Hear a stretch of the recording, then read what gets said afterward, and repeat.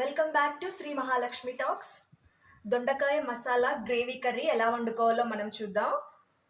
చాలా తక్కువ ఐటమ్స్తో మీకు ఈరోజు సులువుగా అయిపోయే దొండకాయ మసాలా కర్రీ నేను మీకు నేర్పిస్తాను. చూడండి, దొండకాయని చాలా సన్నగా ఇలా కట్ చేసుకొని పెట్టుకోవాలి. 2 పెద్ద ఉల్లిపాయలు, 4 రిక్కలు చింతపండు, 4 పచ్చిమిర్చి, కరివేపాకు, అల్లం వెల్లుల్లి పేస్ట్, మసాలా కొరకు గ్రేవీ మసాలా కొరకు ధనియాలు, పల్లీలు అన్నీ ఒక్కొక్క స్పూన్ తీసుకోండి. ఎండు కొబ్బరి అండ్ దాల్చిన, 2 లవంగాలు, 2 ఇలాచీలు, సాజీరా, గసగసాలు. ఇవి మనకు వచ్చేసి కావాల్సిన పదార్థాలు. ఇప్పుడు ముందుగా స్టవ్ వెలిగించుకుందాం.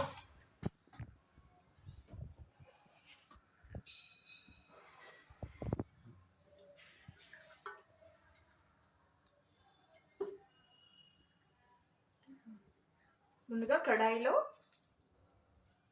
2 పావుల ఆయిల్ వేసుకోవాలి. గ్రేవీ కర్రీ కాబట్టి కొంచెం ఎక్కువే పడుతుంది.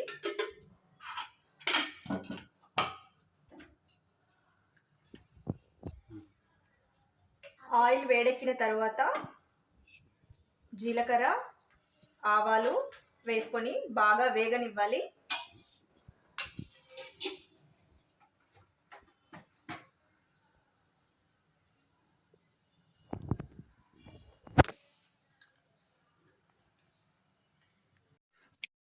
తర్వాత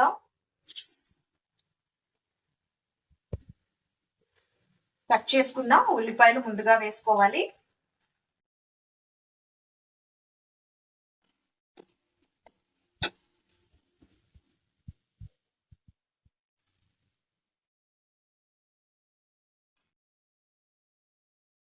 ఉల్లిపాయలు తొందరగా వేగాలంటే కొంచెం సాల్ట్ వేసుకుందాం.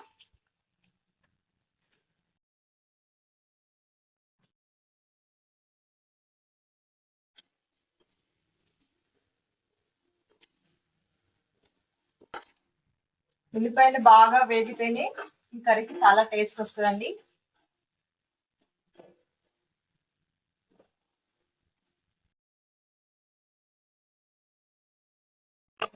పచ్చిమిర్చి ముక్కలు, కరివేపాకు ఒకసారి కలిపేయాలి.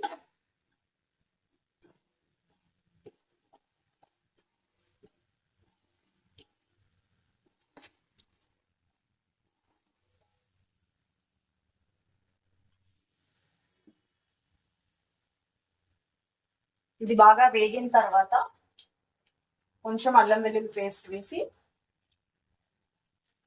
ఇవన్నీ బాగా వేయించుకోవాలి.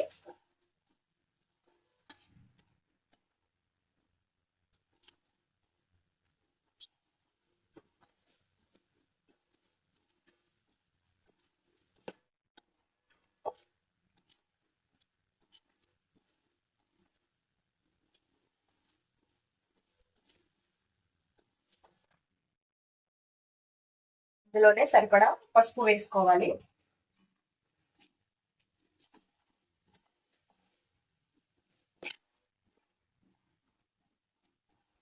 పసుపు కూడా బాగా వేగాలండి. నూనెలో పసుపు వేగితేనే టేస్ట్ బాగుంటుంది.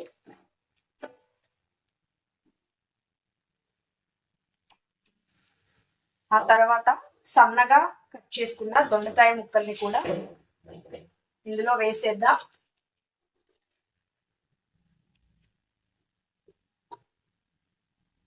దీన్ని బాగా కలుపుకోవాలి.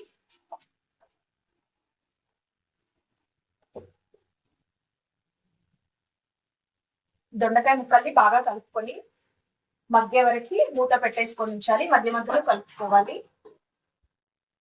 దొండకాయ ముక్కలు మగ్గే వరకు మనం ఈ మసాలా దినుసుల్ని బాగా వేయించుకొని మిక్సీ పట్టేసుకుందాము. దొండకాయలు మగ్గిపోయాయండి. మనం ఇంట్లో కారం వేసేసుకుందాం. 1.5 చెంచా కారం పొడి వేసుకుందాం. అలాగే సరిపడా ఉప్పును కూడా వేసుకుందాం.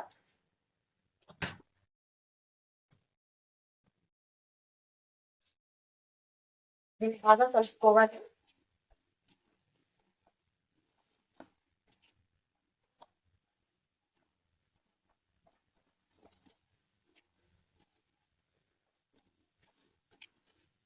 ఇప్పుడు దీంట్లో మసాలా గ్రేవీని కొంచెం వాటర్ వేసి కలుపుకొని పెట్టుకున్నాము.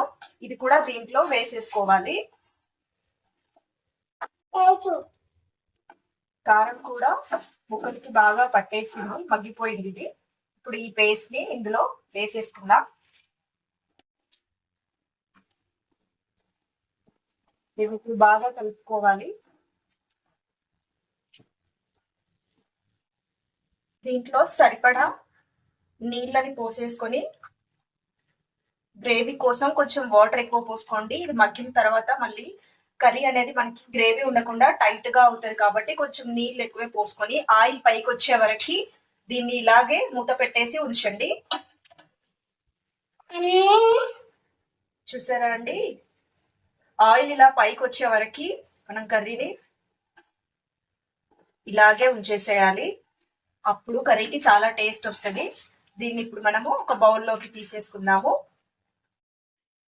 ఈ కర్రీని చపాతీలో కానీ అన్నంలో కానీ ఎలా అయినా తీసుకోవచ్చండి. చపాతీతో అయితే ఇంకా చాలా బాగుంటుంది. ఈ కర్రీని మీరు కూడా మీ ఇంట్లో ట్రై చేసి కామెంట్ బాక్స్లో ఎలా వచ్చిందో నాతో షేర్ చేసుకోండి. ఈ వీడియో కనుక మీకు నచ్చినట్లయితే లైక్ చేయండి, షేర్ చేయండి, సబ్స్క్రైబ్ చేయండి. ఇలాంటి వీడియోలన్నీ ఇంకా ముందుగా మీకు నోటిఫికేషన్స్ రావాలంటే బెల్ కూడా కొట్టండి.